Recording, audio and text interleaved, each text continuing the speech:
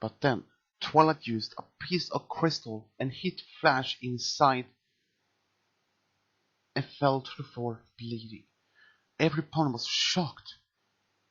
Twilight just laughed, but her friends rushed to find her and help Flash. "Rainbow and Applejack, take care of the crystal, so we hold Twilight," said Stormwind. "Okay," said Applejack. Applejack and Rainbow went down to Sombra's secret workroom and found the crystal, and they wondered how to do it. Before Applejack started to do something, Rainbow took a curtain and grabbed the crystal without touching it, and she hit the curtain straight to the floor, so the crystal was crushed. At the same time, Twilight stopped and her eyes became unusual again.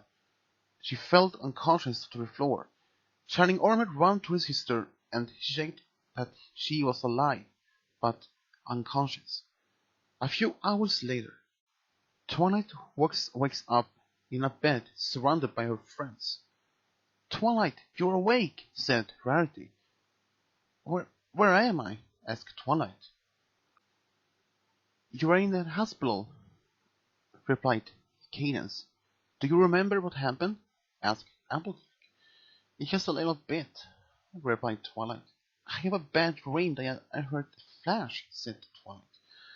"Unfortunately, there was no dream, Twilight," said Shining Armor. "Is Flash okay?" asked Twilight. "Flash will be able to leave the hospital in a few days," replied Cadence. "I hope you and the Empires in Heavens can forgive me what I did. I was not myself," said Twilight.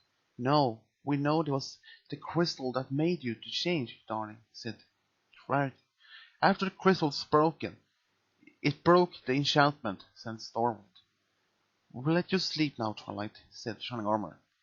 "We'll be back tomorrow," said Kids. "Get better now, Shrinky," said Applejack.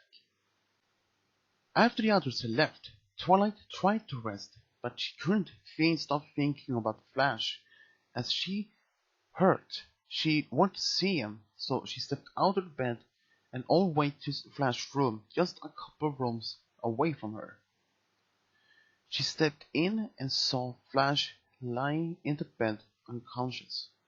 She began to cry when she saw him in the bed immobile. She went up to the bed and held in one of Flash's hooves and began to cry even more.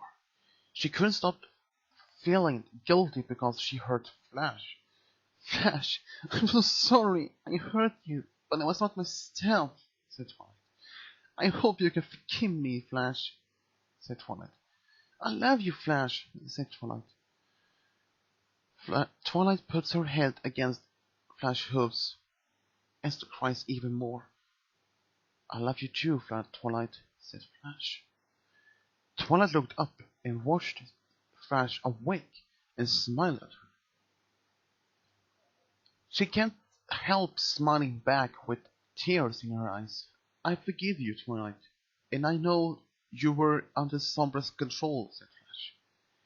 "I can't still ask you forgiveness," said Twilight. "I have forgiven you," said Twilight, said Flash. "If you let me go out with you, I can forgive you," said Flash.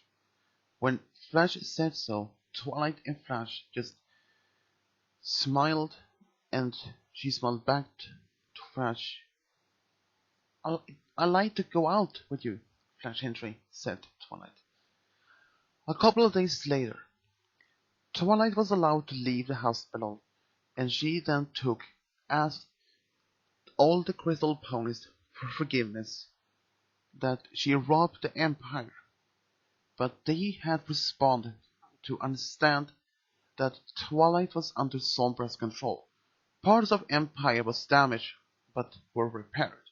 At the same time, Flash and Twilight went on their first official date together, and soon they were a romantic couple. Then everything had returned to normal, and all things in Sombra's secret workroom was destroyed, so that nothing could affect any pony else in the future.